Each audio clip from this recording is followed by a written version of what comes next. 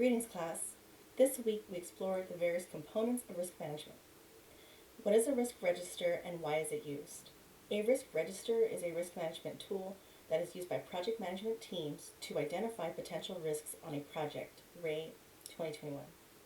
The risk register is used to stay on top of issues that could potentially derail the project and can also be used as a compliance tool, RAY 2021.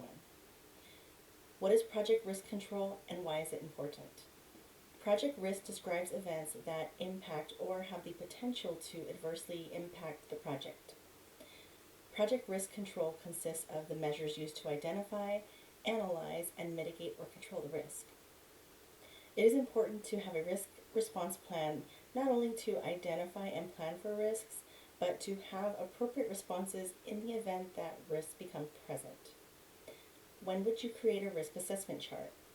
A risk assessment chart would be created as a tool when developing the risk management plan.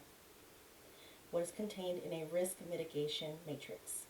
A risk mitigation matrix contains types of risks, probability, and impact levels of potential risks on a project.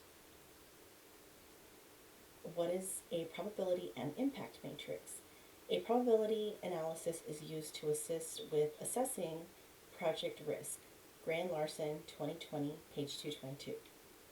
The probability and impact matrix are tools to help track risk and assess the impact of risks. When thinking about your specific project, how will your team determine the various project risks and come to a consensus regarding the risks?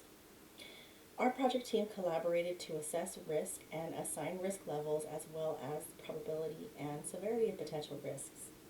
Determining risk levels through documentation, communication, and audits are measures that we are taking to ensure accountability and mitigation. Many risks, especially probability and impact, can be subjective. How do project managers reduce the subjectivity and probability and impact on a project?